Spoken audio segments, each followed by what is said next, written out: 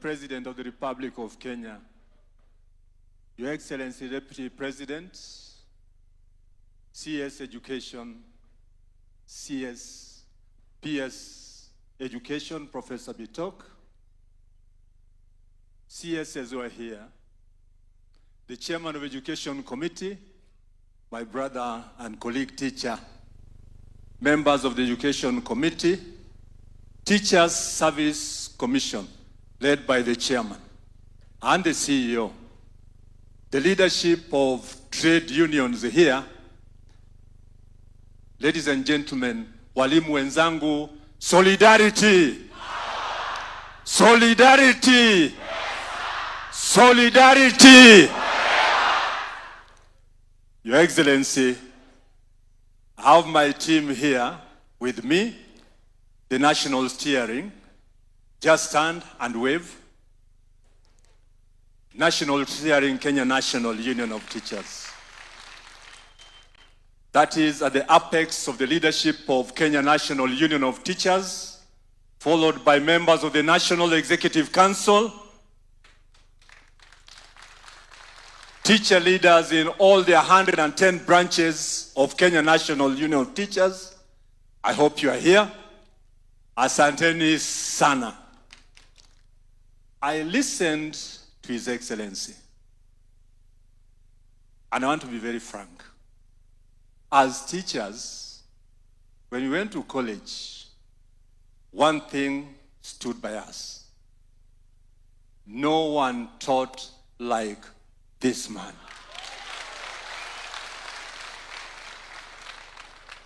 And I must say here and now, without mincing an outer of word, Your Excellency, you're a perfect teacher. Hands-on. Hands-on. You know close to everything. Everything. I'll imitate you from now, Your Excellency. This is a historic event. And I want to thank CS Education and PS for organizing this event. And I want to dub this event, Your Excellency, Walimu na Rais. More to that, because it is a colorful, enjoyable experience. I would wish that after every 2 years, Your Excellency, we come back here for Walimu na Rais. Solidarity. Solidarity. Solidarity. This sector needs peace more than ever. And you'll agree with me, in all our schools, performing schools have peace. This country needs peace for education to cherish. I want to thank you, Your Excellency. You brought on board every other person in this country to work with. And that is why, as a Secretary General on behalf of teachers, members of Kenya National Union of Teachers, I want to say, Kumi bila break. Kumi bila break. Broad-based government is the way to go. Your Excellency, you've mentioned everything in this sector. For us, we only have to appreciate collective bargaining agreements. Your Excellency, we were worried as leaders of trade unions at the beginning of this year, because we all know it, that SRC had pronounced a freeze to any monetary CBA. Teachers Service Commission, through your advice, Your Excellency, sat with us, and on the 18th of July, we signed a CBA. Si mliona CBA walimu? now. Thank you. But what you would like to ask on the CBA? Globally, and this is a recommendation from the International Labour Organization, our CBAs are for cycles. We want to request you, Your Excellency, to reduce the 4 years to 2 years of CBA. Based on inflation, CBA to be reduced to 2 terms. 2 years. 2 years for CBA and 2 terms for His Excellency, the President. Your Excellency, I want to say here and now, we are all CBC compliant. Matters of employment of teachers. Mr. President, you have exceeded expectations. We know too well, and the President did say here, that after every year, only 5,000. As we speak now, and I want to repeat what he said, 76,000 teachers employed, permanent and pensionable. As we proceed, another 24,000. That's 100,000. Before 2027, another 20,000. 120,000. Solidarity. Solidarity. Solidarity. As we appreciate you, Mr. President, on employment, this is what we want to ask you. We have teachers who are 45 years and above. These teachers are not employed. You know, when you're 45 years, you only have 15 years. Mr. President, some of our teachers will attain the retirement age even before working for this country. I want to request you humbly, and Teacher Service Commission is here. These teachers who actually trained 15 years back down the line, 20 years down the line, over 45 years, your executive powers, known to all of us, as we pronounce 2 term, kumi bila break, Mr. President, employ these teachers. That is employment, that is entry into this profession. There's also exit as you work. Teachers who retire, some of them even die before they receive their benefits. How I wish, Mr. President, that you stamp your authority so that teachers who retire get their retirement benefits as soon as possible. We want them to vote for you. We want these teachers to vote for you. You know, in biology, because you're a very good teacher, Mr. President, food is medicine.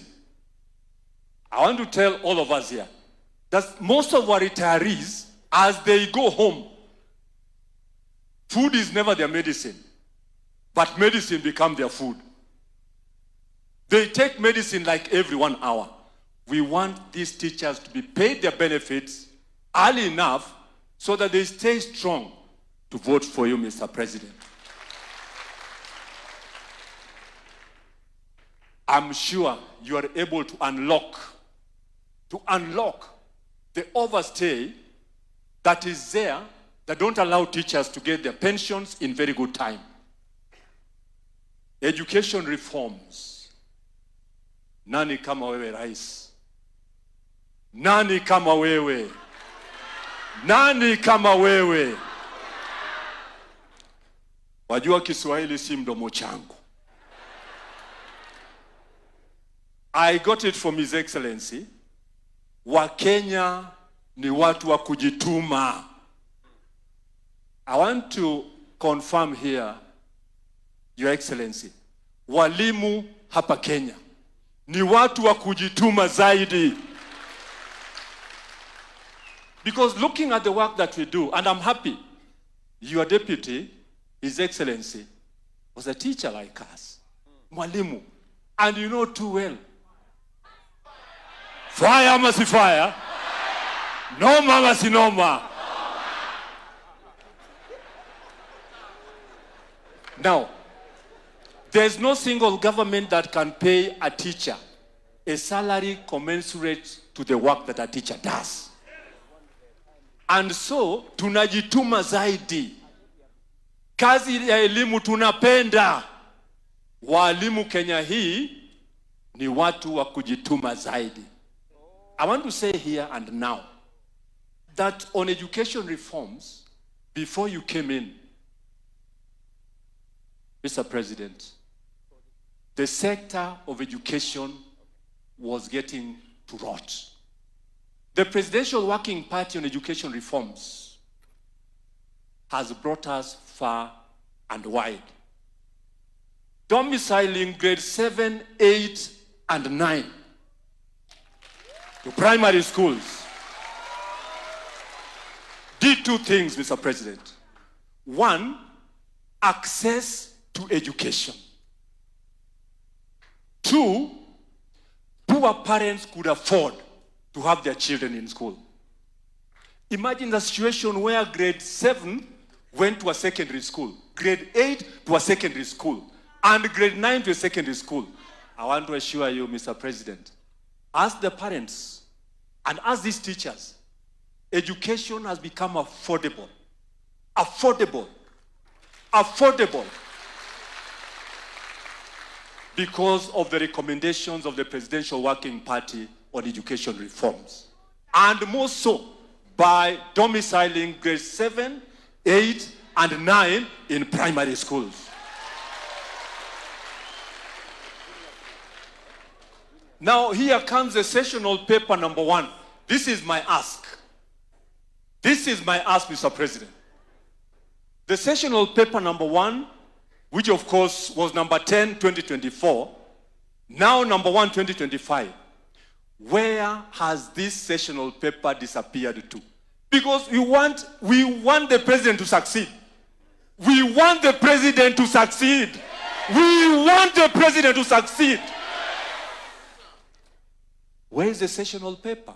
Number 1 of 2025. And our head teachers have worked a lot. Head teachers, congratulations. You've made His Excellency proud. Because grade 7, grade 8, grade 9, now transiting to grade 10. Hongera, head teachers. And as I appreciate you, Mr. President, these teachers, head teachers, were head teachers of primary schools. They are now heads of comprehensive schools. And you know, in the trade union, additional work calls for additional remuneration.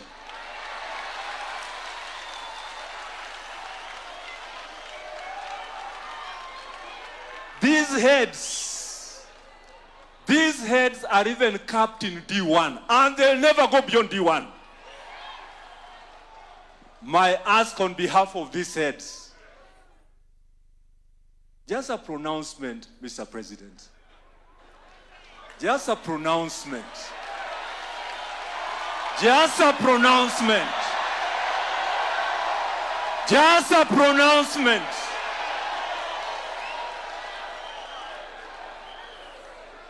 A pronouncement that these are no longer heads of institutions because they man junior schools.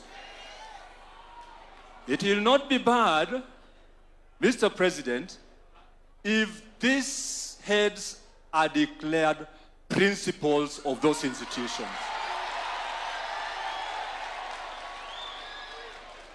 Because I'll tell you, and Teacher Service Commission has data. Most of our heads Most of our heads are graduates of master's and doctorate degrees. That is where we are. Mr. President, delocalization was repealed courtesy of your leadership. Families suffered. Families suffered. There was no peace in most of the families where there was delocalization. And I want to say here without blinking that even conjugal rights became conjugal privileges in most families.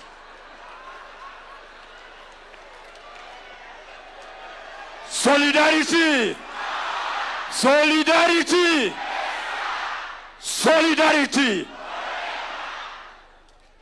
Mr. President, this policy has to go, and go once and for all. Why I say so, Mr. President, delocalization has come in again through what we call promotions. A teacher in Nairobi is promoted, only 4 months retirement, and posted to Kitui. Posted to Kitui. Posted to Tana River. Yes, it is a policy.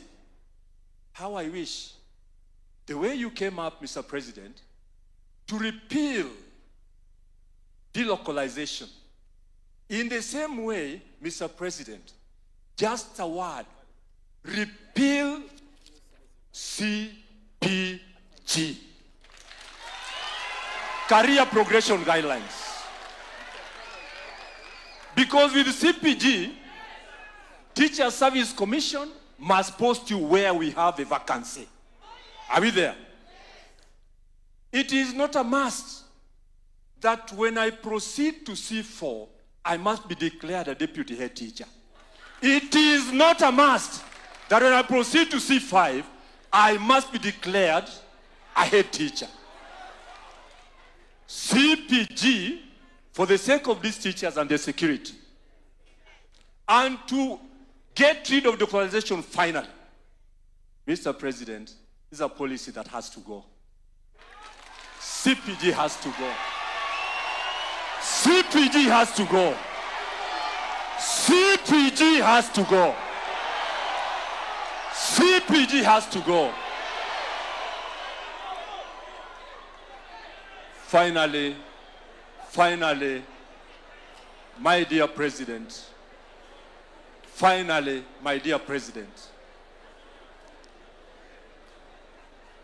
hello? Order. Order. Order.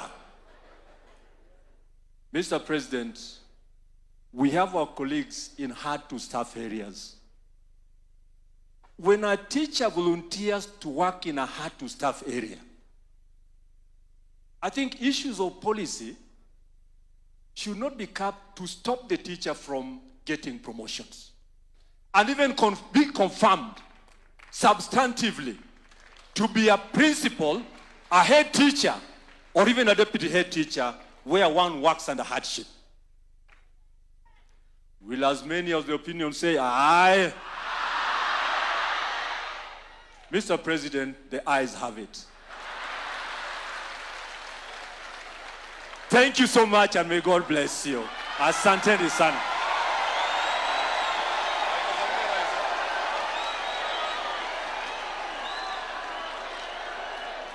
Thank you very much, KNUT, Your Excellency, the Secretary General of Kenya National Union of Teachers. Your Excellency, sir, allow me now to invite on stage the Secretary General of KUPPET, Akelo Missouri.